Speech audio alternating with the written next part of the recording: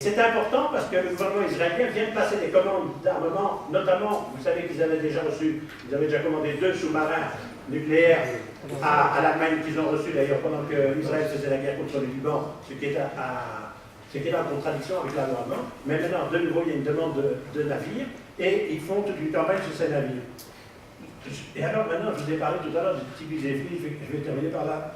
Qu'est-ce qu'elle a dit récemment? C'était qu'elle a dit le boycott est en train de bouger, est en train de progresser de manière absolument exponentielle.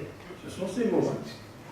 Ceux qui ne veulent pas le voir et qui pensent que c'est sans intérêt, eh bien, ces gens-là doivent se rendre compte que nous allons nous retrouver tout seuls dans le monde. Madame Tibi.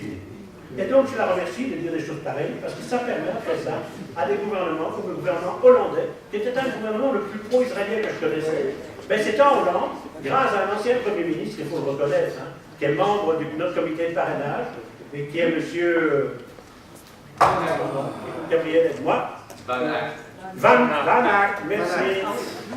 Merci Franck. Eh bien, grâce à des gens comme Van Ack, la Hollande aujourd'hui a mené une action, pas seulement en tant que gouvernement, mais a demandé à ses banques de faire l'examen de l'ensemble des investissements qui seraient faits dans les territoires occupés, etc.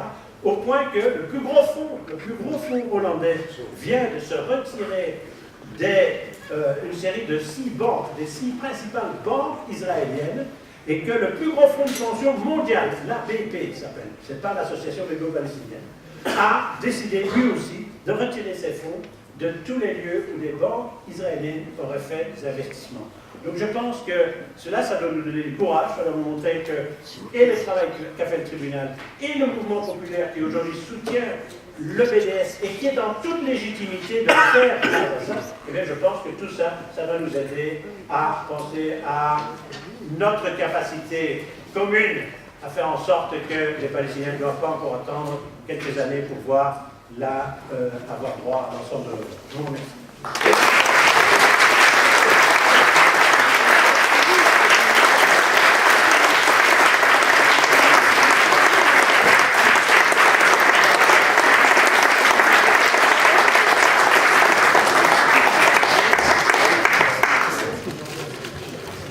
Merci Pierre.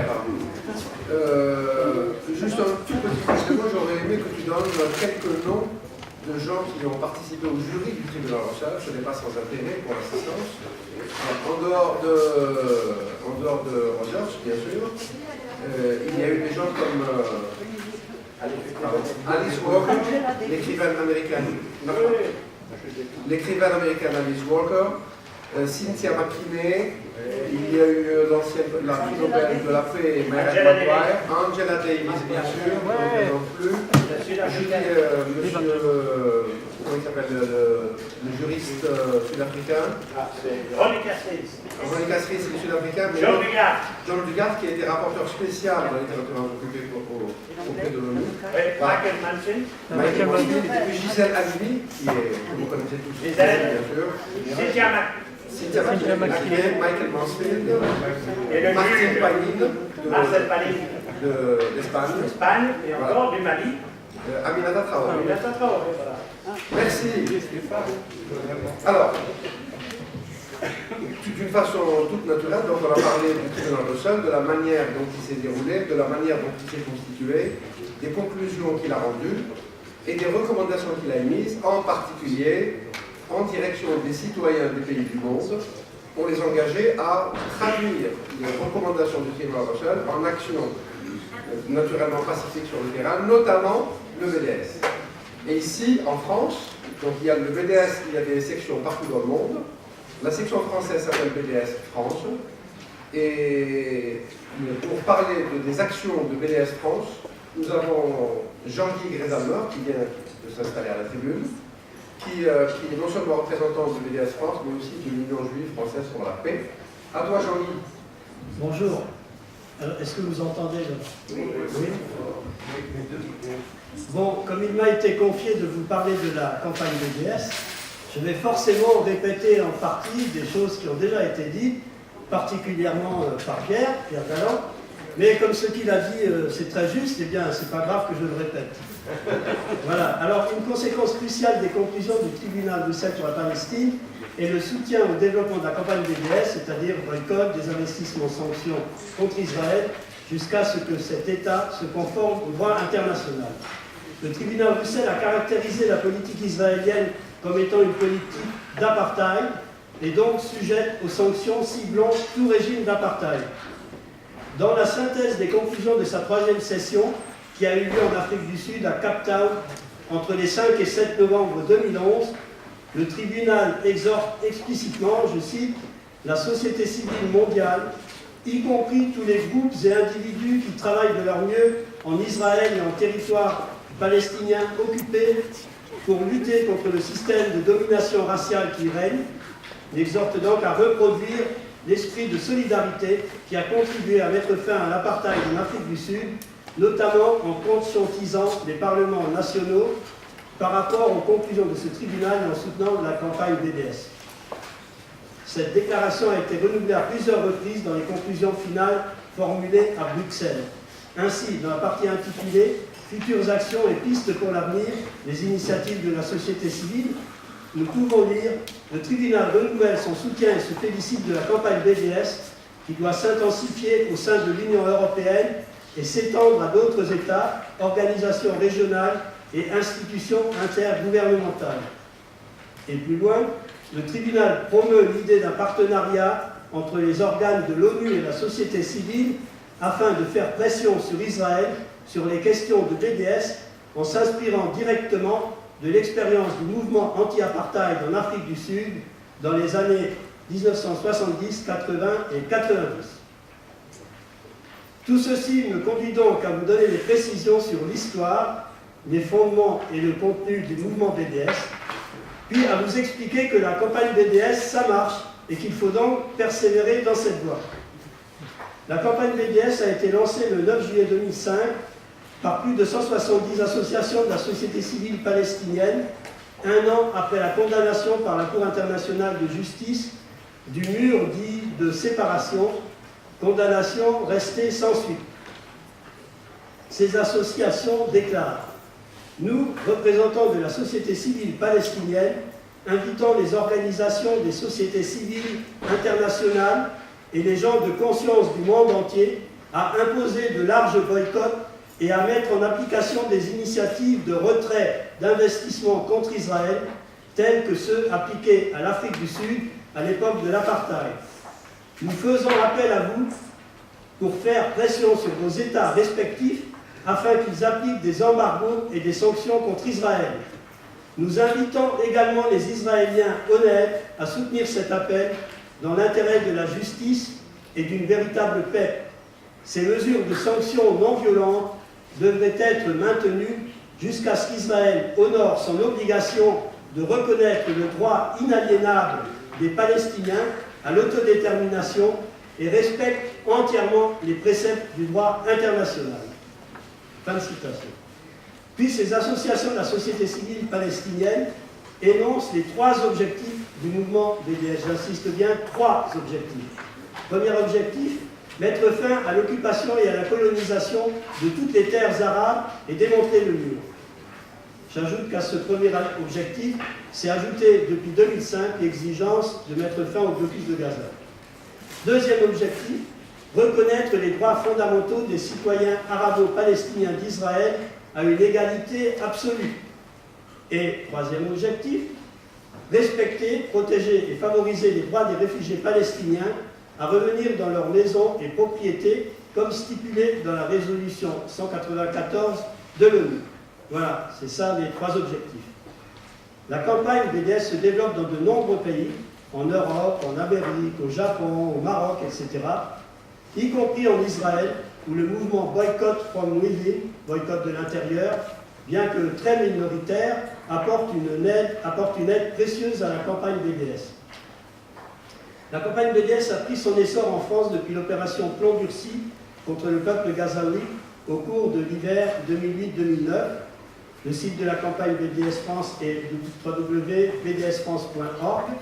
La campagne se déploie selon plusieurs axes: comme c'était le cas du boycott de l'Afrique du Sud, les boycotts économiques, sportifs, universitaires et culturels.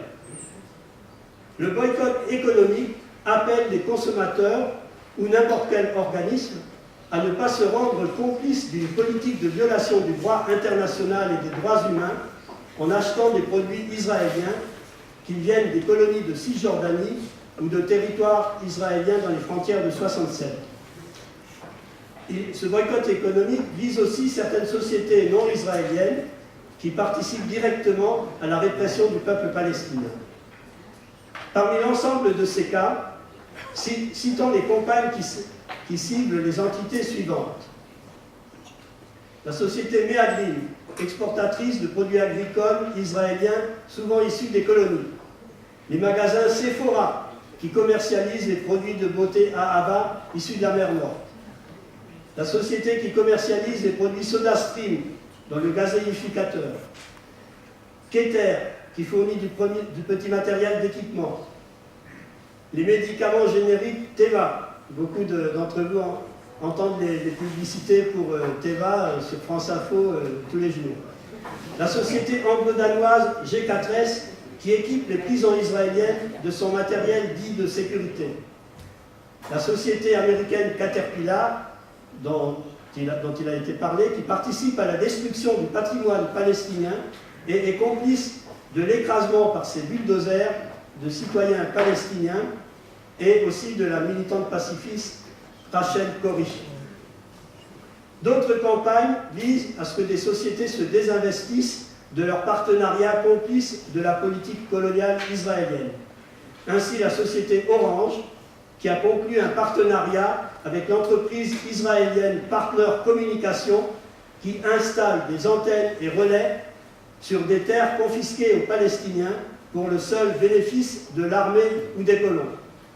Ainsi aussi Veolia, qui gère une déchetterie au service des colons et a d'importants projets d'investissement en Israël. Venons-en à présent au boycott sportif pour attirer l'attention sur le fait qu'il dénonce notamment la politique israélienne qui consiste à empêcher le peuple palestinien de pratiquer librement les sports et à se doter des moyens nécessaires, et qui consiste aussi à emprisonner arbitrairement des joueurs récalcitrants. Les boycotts universitaires et culturels visent quant à eux des initiatives sponsorisées par l'État d'Israël. Nous nous adressons aussi aux artistes qu'Israël invite à des festivals pour avoir l'air d'être un État très ouvert à tous les courants culturels, et nous les exhortons à ne pas accepter de servir de caution morale destinée à blanchir Israël de ses crimes. Des responsables israéliens de haut niveau avouent d'ailleurs eux-mêmes que la culture leur est très utile pour leur propagande. BDS remporte d'importants succès, et particulièrement au cours de la dernière période. Signalant la faillite en 2011 de l'entreprise d'exportation de produits agricoles Agrexco, signalant aussi les grosses pertes de marché pour les entreprises Alstom, qui a construit le tramway reliant Jérusalem à les colonies, et Veolia, dont le cours de l'action a chuté, signalant aussi la crise de la banque franco-belge Dexia, qui participe au financement des colonies. D'importantes sociétés de fonds de pension se désinvestissent de sociétés israéliennes travaillant pour l'occupation, et récemment, PGGM, la plus grande société de gestion de fonds de pension des Pays-Bas, a décidé de retirer l'ensemble de ses investissements des 5 grandes banques d'Israël.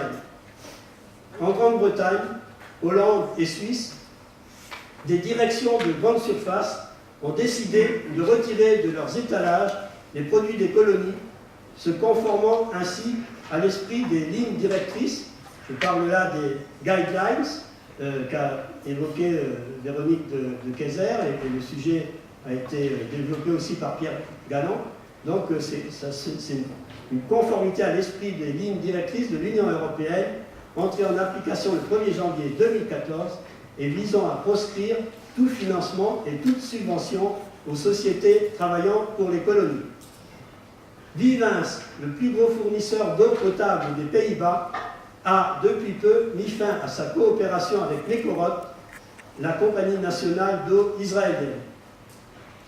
Dans des pays tels que l'Afrique du Sud, la Norvège, la Grande-Bretagne, les Pays-Bas, de très importantes fédérations syndicales renoncent aux services et aux contrats avec des firmes internationales complices de l'occupation, telles que Veolia et G4S.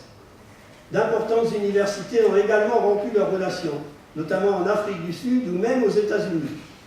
Récemment, l'une des principales institutions universitaires américaines, l'American Studies Association, ASA, a invité tous ses membres à couper toute relation de toute nature avec les universités israéliennes.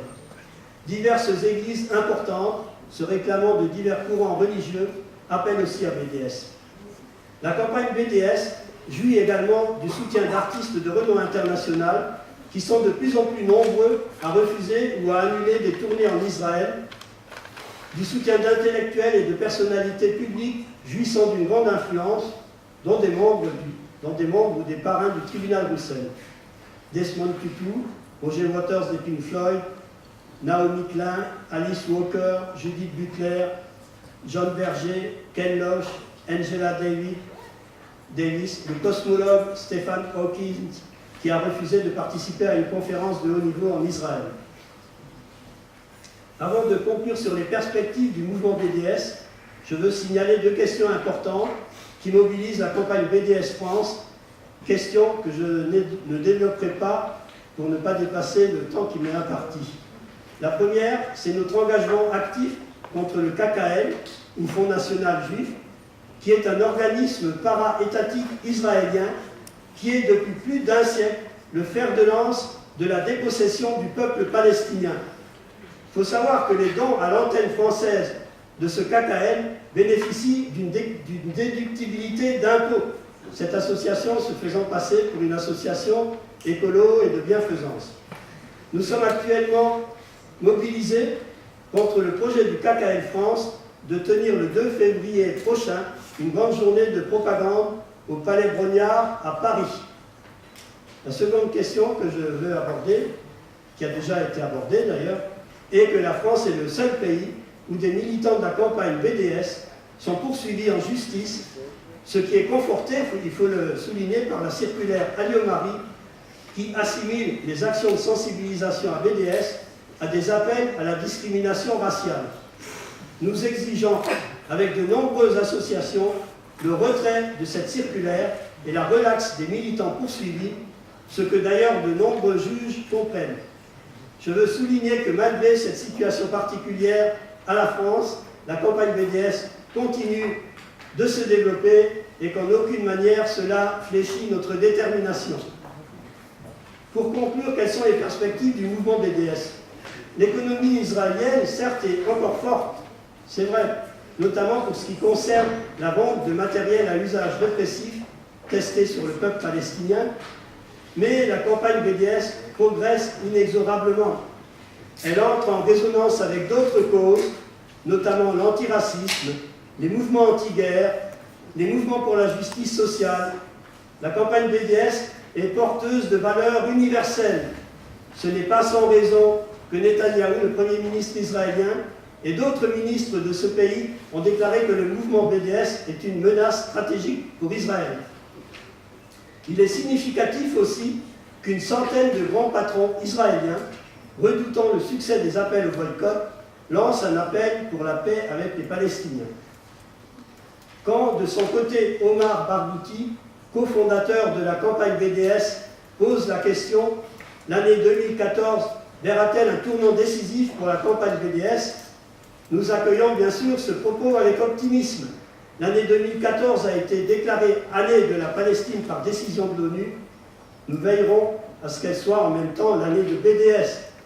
Les régimes d'apartheid ne durent pas jusqu'à la fin des temps. L'État d'Israël fait et continuera de tout faire pour essayer de réduire le développement de BDS et pour vider de leur substance des mesures telles que les lignes directrices de l'Union européenne. Mais nous continuerons de nous y opposer résolument. Nous continuerons nos activités militantes avec enthousiasme parce que les droits des peuples et la vraie justice sont de notre côté. L'apartheid a été vaincu en Afrique du Sud, il le sera aussi en Palestine et en Israël.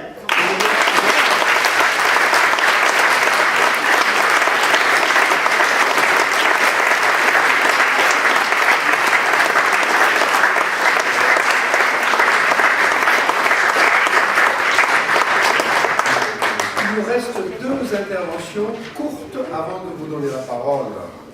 Alors, il y a d'abord Tawfiq Tahani qui est en train de s'installer à la tribune.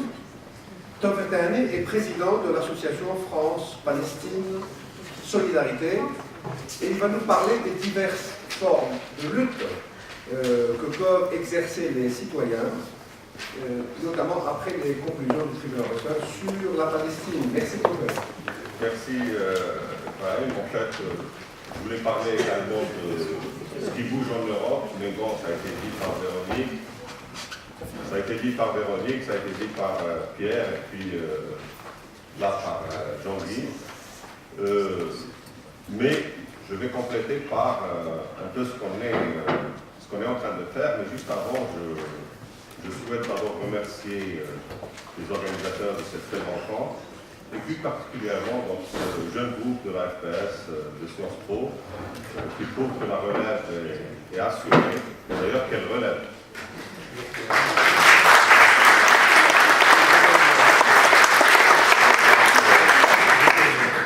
Comme le soulignait Véronique dans son exposé, nous sommes effectivement ici face à un complot qui dépasse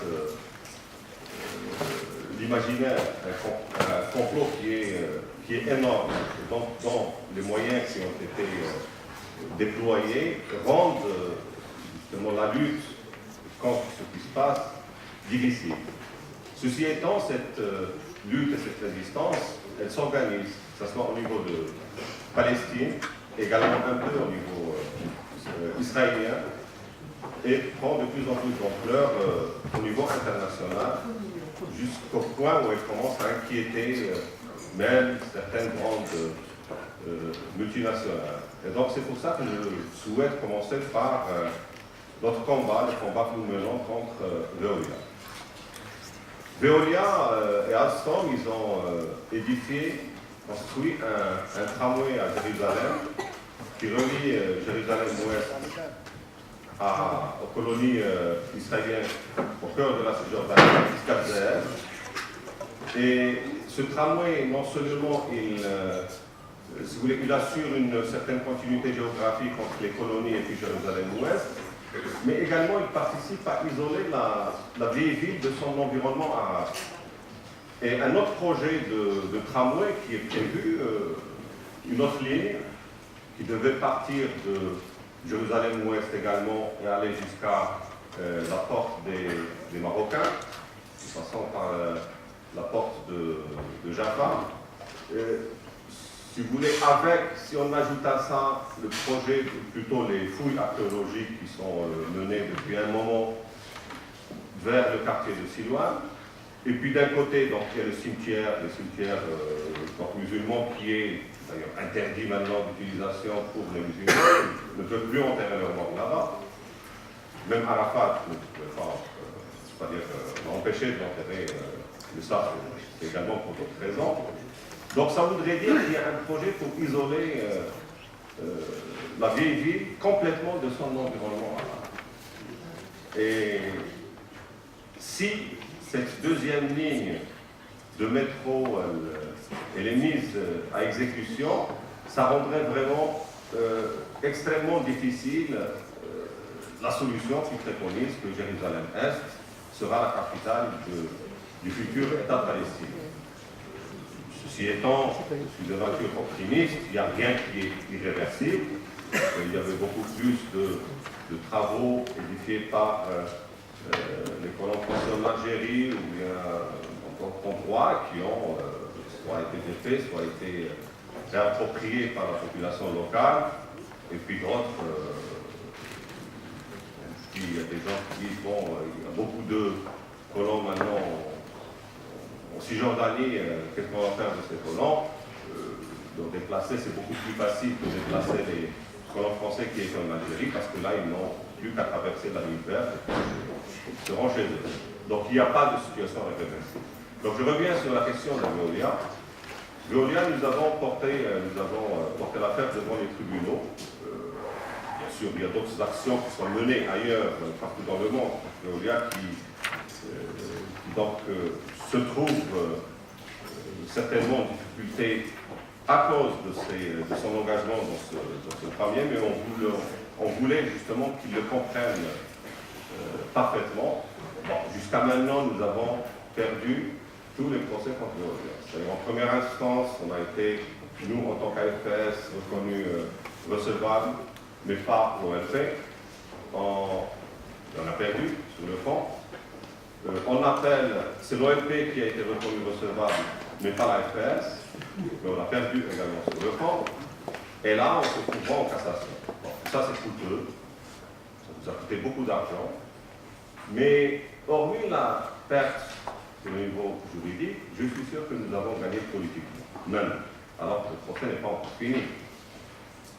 Récemment, il y a eu une réunion justement entre des responsables, des représentants de la Ligue arabe et le ministère des Affaires étrangères français, et ce dernier leur a dit là, on vous assure qu'à cause de ce procès, Veolia ne s'impliquera plus dans le deuxième volet de la construction de la deuxième ligne de travaux.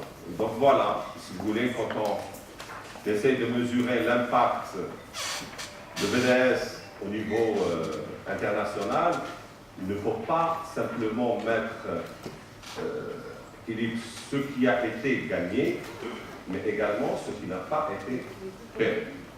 Parce que les conséquences auraient été désastreuses si on ne s'était pas engagé justement sur ce chemin. Il y a un autre exemple qui est important, c'est celui de Veolia, qui est, comme vous savez, impliqué dans Tovla, pour le traitement de déchets. Bon, ils disent qu'on n'y est pas, hein. C'est-à-dire que quand vous allez sur leur site, etc., ils disent non, ça y est, on a vendu à une autre entreprise, etc., etc. Ceci étant, la chose n'est pas très très claire, parce que eux, on pense qu'ils ont, par contre, une filiale là-bas, qui leur appartient, qui agit pour leur compte. Et donc, là, je suis en plein cœur de la vallée du Jourdain, c'est-à-dire territoire palestinien occupé, et l'objet de ce traitement de déchets, c'est de produire du gaz pour faire fonctionner les bus qui servent les colons. Bon, on ne peut pas rentrer dans un autre procès, comme je vous ai dit tout à l'heure, ça nous a coûté beaucoup d'argent, des milliers, dizaines de milliers d'euros. Mais nous avons pensé à faire un peu participer des mouvements qui sont beaucoup plus larges que nous, quitte à choisir d'autres modes d'action. Et on est en train de monter une action avec la CGT, avec la Ligue des droits de l'homme, qu'on appelle le point de contact national, c'est-à-dire selon les principes directeurs de l'OCDE. Bon, tout ceci, nous savons que ces points de contact national, on sait, on a vu un peu tout ce qu'ils ont fait, c'est vraiment des tribunaux qui sont là pour blanchir tout ce qui est atteinte aux droits de l'homme. Ça, on le sait. Et par contre, ce que nous savons également, c'est que toute entreprise qui passe par le point de contact national, elle est très jeune. C'est d'ailleurs, on a dit, à l'effort de gagner, donc on va les gêner, on va le faire de la mauvaise publicité. On pense faire également la même chose, pour compléter ce qui a été dit par Tanguy, on pense faire la même chose, toujours avec ces organisations prestigieuses, importantes, de masse, etc. Une autre action contre France Télécom Orange. Mais il y a d'autres situations qui nécessitent de notre part donc un travail minutieux, mais également essayer de trouver le meilleur angle d'attaque. Je vous cite l'exemple. Vous me reste combien? Rapidement, 2 minutes. C'est un exemple important, mais de toute façon, on aura l'occasion d'en parler. C'est la question des usines chimiques qui se trouvent à Tulkarm, ce qu'on appelle les usines Gishuri. Donc, ils existaient avant, ils étaient en Israël, avec des plaintes contre donc ces usines, elles ont été transférées vers un territoire occupé, donc à côté de Tulkarm. Et ils continuent à gêner la population israélienne de l'autre côté du mur. Donc il y avait d'autres plaintes qui étaient déposées. Et nous avons obtenu récemment des documents où le tribunal et le ministère de la Santé disent que, ok, on vous donne raison à ces Israéliens. Les usines, ils ne fonctionneront que lorsque le vent va de l'autre côté, c'est-à-dire vers les Palestiniens. Et ça correspond à 345 jours par an.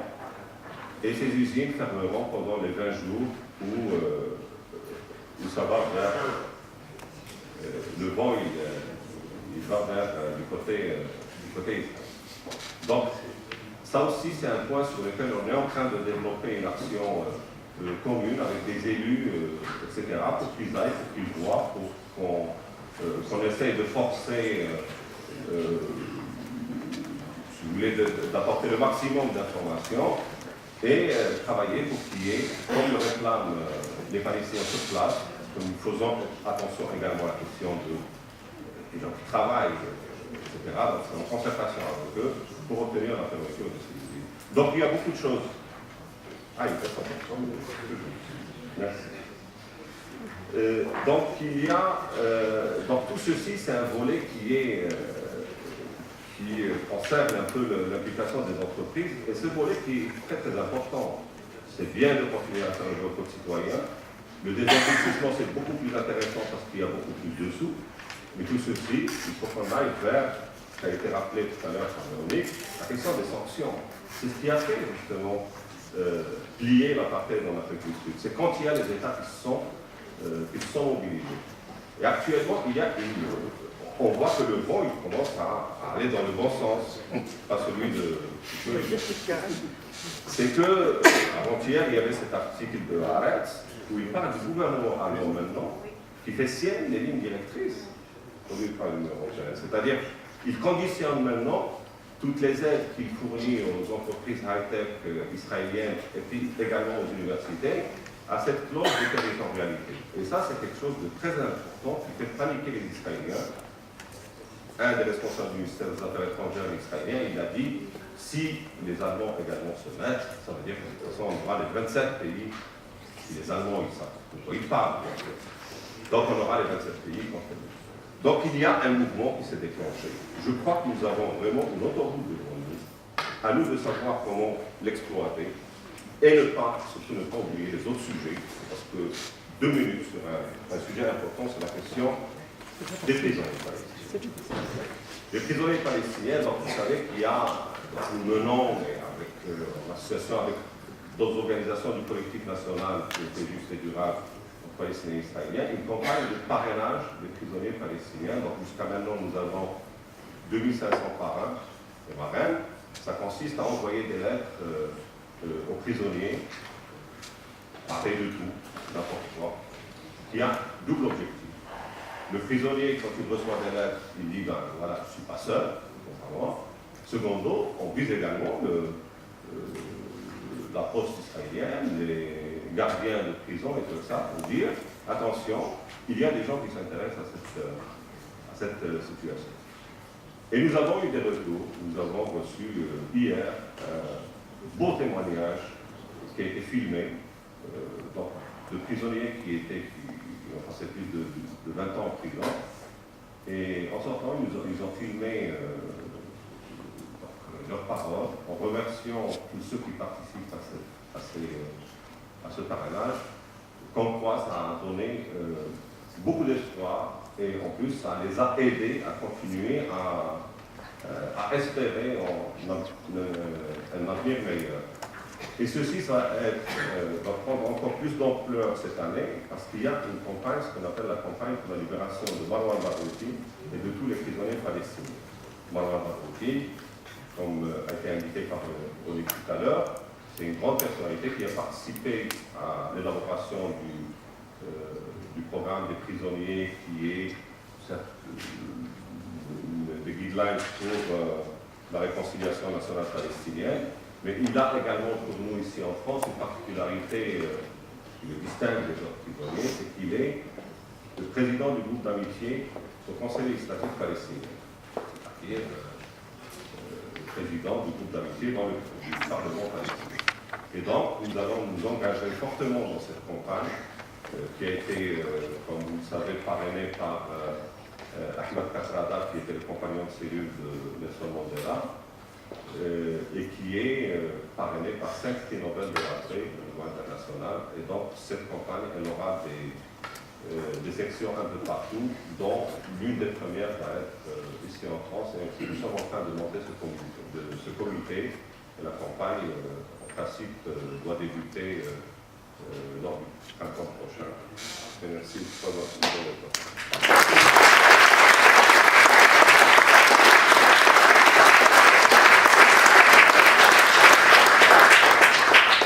Merci, Étouffé. Alors maintenant, Franck, une intervention qui m'a annoncé qu'elle serait brève.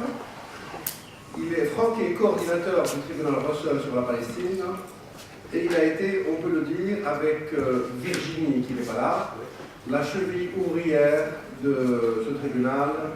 Ils ont fait un travail formidable parce que c'est eux qui ont contribué grandement à la constitution des listes de parrainage, la préparation des sessions, etc. Et là, il va nous parler de ce qu'on appelle le follow-up. Il va vous expliquer ce que c'est. Vas-y. Il marche mon micro ou pas? Oui, oui, oui. Parce que je suis jaloux, j'aime bien qu'ils ont la lumière rouge ici, ça me rassure. Donc merci à tous. C'est pas facile de passer en dernier, mais en fait, parfois ça peut aider à rebondir sur certaines choses qui ont été dites.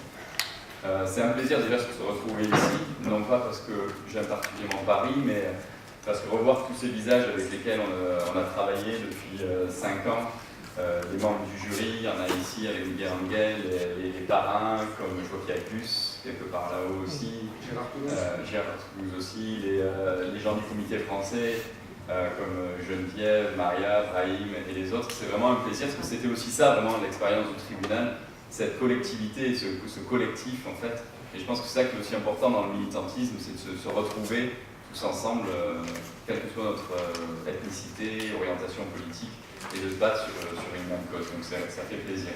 Et parce que ça va me manquer personnellement, ce genre de meeting, j'espère que ça va continuer.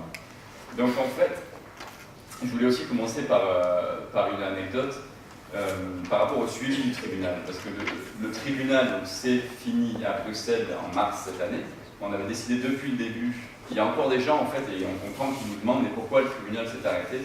On avait expliqué dès le début que le tribunal devait se donner un début et une fin, et qu'il était important que ça continue, que ça reste comme ça. Un, parce que ça demandait un travail conséquent, ça demandait aussi des moyens et des fonds conséquents. Et deux, parce qu'on n'avait pas envie de devenir petit à petit comme une ONG et de durer dans la... Pour nous, c'est important d'avoir vraiment d'être une action concrète et après de pouvoir faire le suivi. Et c'est ça qui est important aujourd'hui. Nous avons 4 ou 5 rapports du tribunal. Il y a les conclusions finales qui sont ici, devant. Mais le tribunal, comme le disait Pierre, ça a été donc ces rapports qui sont quelque part des mots. Et l'idée maintenant, c'est comment transformer ces mots en actions concrètes, qu'elles soient au niveau de la société civile, c'est-à-dire nous, qu'elles soient au niveau juridique, et ça a déjà été beaucoup abordé par Pierre, par Théophile précédemment, que ce soit au niveau médiatique, au niveau des organisations qui se battent pour la Palestine. Donc récemment, j'étais aux États-Unis avec Ilan, on se suit en ce moment, je l'ai vu juste avant d'arriver, je suis arrivé, je veux dire. On était aux États-Unis avec Ilan à Boston, où on a donné 2 conférences en fait sur le tribunal. Les États-Unis, comme vous le savez, c'était un des focus à notre session donc de New York. Et c'est, en anglais, the heart of the beast, mais donc en français, c'est vraiment un des cœurs du problème, évidemment. Ce qui fait vraiment plaisir quand on va aux États-Unis et qu'on prend part à des conférences, qu'on travaille avec des étudiants, c'est l'engouement qu'il y a. Et je pense qu'il n'y a pas eu d'études là-dessus, mais au niveau de la quantité, c'est en ce moment aux États-Unis le plus d'organisations qui se créent toutes les semaines. Ils s'appellent les Students for Justice for Palestine, les BDS Group. C'est en train de pulluler un peu partout aux États-Unis. Et c'est vraiment intéressant parce qu'on se rappelle qu'au niveau de la guerre du Vietnam, le mouvement étudiant avait été crucial. Et c'est en train de se passer aussi aux États-Unis. En plus, comme nous disait le panel avant, des résolutions qui ont été adoptées par les universités ou les professeurs eux-mêmes. Donc c'était vraiment important de voir ça sur le terrain, qu'il y a vraiment un engouement, que ce soit pour BDS ou que ce soit pour la justice avec la Palestine en général. Le suivi du tribunal, c'est aussi d'être sûr que ces conclusions sur lesquelles on a travaillé depuis 5 ans et plus soient diffusées le plus possible. Donc cet événement fantastique, d'ailleurs merci encore à ceux qui l'ont organisé, n'est qu'un événement qui fait partie d'un groupe de plusieurs événements qui sont passés déjà depuis la fin du tribunal. On a eu des événements comme cela au Canada, j'y étais en novembre, je crois, oui. En Suisse, ou qui a été en Italie, ou qui a été aussi au Royaume-Uni, au Luxembourg, en Hollande. Et dans les prochains mois, on espère bien sûr en faire dans plusieurs pays. Il faut qu'on retourne en Espagne. Je regarde Brahim parce que la fille Sabrina est très importante, il me semble, à Barcelone. Donc il faut qu'on aille en Espagne parce que ça a commencé là-bas et malgré les problèmes que l'Espagne a en ce moment, il faut qu'on puisse aussi aller là-bas. Et la Tunisie, oui, on était aussi en Tunisie, bien sûr, au Forum social mondial. Donc voilà, ça fait vraiment partie du suivi du tribunal pour que ces conclusions, en fait, soient... désolé, j'ai du mal avec le français et l'anglais. En gros, que le peuple s'accapare ses conclusions, en fait, parce que s'approprie ses conclusions, parce que le tribunal, c'était ça, c'est un tribunal des peuples, un tribunal citoyen, donc le tribunal nous appartient, et nous, avec un grand N, c'est-à-dire la salle, le monde. Donc voilà, le but maintenant, c'est tourner, en fait, c'est de faire passer ces mots et les transformer en actions concrètes. Et donc on a créé un comité de suivi et on est en train de créer une association de suivi, puisque le tribunal, lui, a été en français, a été clôturé, a été dissous récemment. Il fallait un comité de suivi, ou une organisation qui assure le suivi. On est en train de créer ça à Bruxelles, c'est un nom anglais, donc c'est plus facile pour moi, c'est le Palestine Legal Action Network, qui va, on l'espère, commencer à entreprendre et à réfléchir à des actions au niveau juridique contre des multinationales, contre des États, contre des individus. Et on a aussi le soutien de beaucoup de groupes d'avocats qui sont en Belgique, on travaille avec certains cabinets d'avocats, que ce soit en Angleterre, où on travaille avec la plupart des avocats qui ont travaillé sur le tribunal, et où que ce soit, comme Pierre le disait, avec des gens comme Jean-Pierre Cotte du tribunal du maritime, le nom exact c'est quoi? Tribunal de la mer. Tribunal de la mer. Il y a aussi des actions au niveau de la société civile, parce que l'aspect du tribunal qui était important, c'était comme l'a dit Pierre, légitimer en fait nos actions par le droit, en gros de moudre, on va dire, le droit et le politique, de les amener ensemble. Et c'est pour ça qu'on travaille sur des actions avec, par exemple, des membres du jury, avec des membres des comités de soutien et avec des avocats qui nous ont aidés sur des actions non concrètes au niveau de la société civile. Je vais faire vite parce que j'ai quoi, 4-5 minutes, j'ai encore ça. Je vais faire vite, là, je parlais du jury. Pierre vient de me tutorer Angela Davis, donc je vais enchaîner sur Angela Davis. Angela Davis qui était donc qui faisait partie intégrante du jury. Il faudrait un traducteur. Mais qui était membre intégral aussi. Qui était membre du jury du tribunal, un membre très important. Comme vous savez, Angela était aussi un prisonnier politique à l'époque, sur la number one most wanted, je crois, aux États-Unis, pendant des années, dans les années 70. Et Angela, à Bruxelles, lors de notre dernière session, on avait aussi Miguel Angel, qui vient de partir, qui était lui aussi évidemment un prisonnier politique. À la dernière session à Bruxelles, Angela a dit il faut que nous, anciens prisonniers politiques de toute nationalité, qu'on se mette ensemble et qu'on crée un comité de soutien aux prisonniers politiques palestiniens. Taoufik en a parlé. À ce moment-là, à Bruxelles, il y avait aussi des amis palestiniens qui nous ont dit écoutez, nous on est en train, parce que le comité en fait de soutien pour la libération de Marwan Barghouti et de tous les prisonniers palestiniens existe depuis des années. Mais il est en train il y a une sorte de revival de ce comité. Donc un renouvellement du comité, un renouveau du comité. Et du coup, le 27 octobre au Cap, en Afrique du Sud, beaucoup d'ailleurs de membres du jury du tribunal étaient présents, l'archevêque Desmond Tutu était aussi présent. Il y a eu donc le lancement de cette campagne pour libérer Marwan Barghouti et les prisonniers politiques palestiniens. Il y a un comité qui s'est créé en Italie, et Pierre y était avec Luisa Morgantini et d'autres amis comme Gianni Tognoni, Alessandra Mecosi, etc. Il y a un comité qui va se créer en France, comme Taoufik l'a annoncé. Un comité qui va se créer en Angleterre et j'irai en février avec des membres aussi du comité présent, puisque un des suivis du tribunal, un des aspects du travail que je vais faire dans les prochains mois, va être d'assurer aussi la coordination de ce comité, donc Marwan Barghouti, pour la libération de Marwan Barghouti et de tous les prisonniers politiques palestiniens, parce que c'est une question vraiment clé en fait. Les gens et les négociateurs nous demandent de négocier pour la libération des prisonniers politiques palestiniens et de négocier une paix possible alors que les prisonniers politiques sont encore en prison. Ce qu'on demande nous et ce que demande le comité, c'est le contraire, c'est que les prisonniers soient libérés, puisqu'ils sont très importants, puisqu'il y a 15 aussi membres du comité du Palestine Legislative Council qui sont en prison. Du Parlement palestinien, merci monsieur l'interprète. Et donc c'est très important qu'ils soient relâchés, qu'ils soient libérés, et après on pourra vraiment commencer à négocier sur des bases saines. Donc ça c'est vraiment un suivi du tribunal qui va être important, et avec l'appui qu'on a d'Angela Davis, d'une dizaine, de 7 membres, de 7 personnes qui ont été prix Nobel de la paix à une époque, et d'autres individus, qui soient palestiniens ou du monde entier, il est vraiment important de pousser pour que cela se passe. Enfin, je voulais parler vite fait du boycott, parce que ce qu'a fait le tribunal, la richesse du tribunal, c'est les conclusions, les recommandations du tribunal. C'est aussi pendant 5 ans, on a vraiment créé, il y a une expérience humaine fantastique, je pense que les gens sur le panel seront d'accord. On a amené des gens ensemble qui se connaissaient peu et qui ont appris à se connaître, qui ont appris à travailler ensemble, que ce soit Angela Davis, Alice Walker, Roger Waters, Miguel Angel, je pense aussi à Christiane qui est là. Et ces gens, c'est aussi la richesse du tribunal. Ces gens, ces avocats, ces gens de la société civile.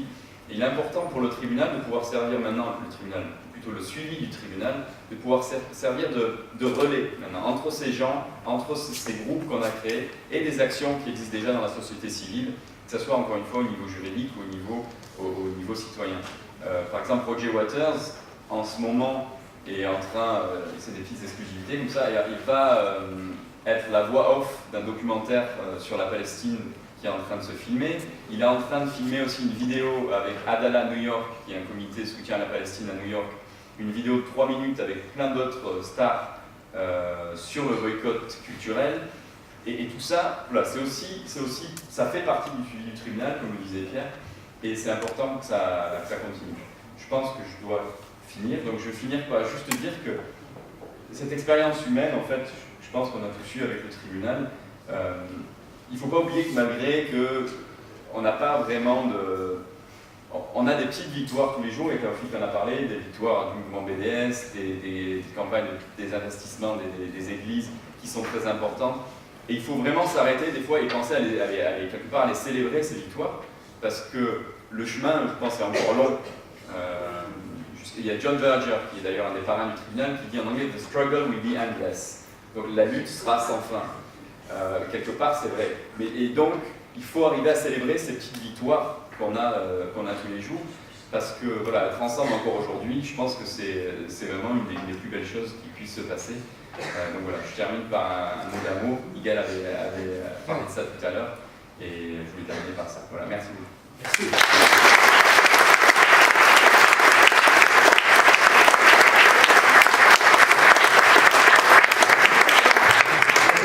Que c'est piquant qu'un Algérien de souche soit obligé de traduire un Français de souche. De souche, ça ne veut plus rien dire. C'est bien ce que je pensais, je suis encore. C'est un message à même base. Ouais, mais juste un petit mot un petit mot pour synthétiser nos travaux très rapidement.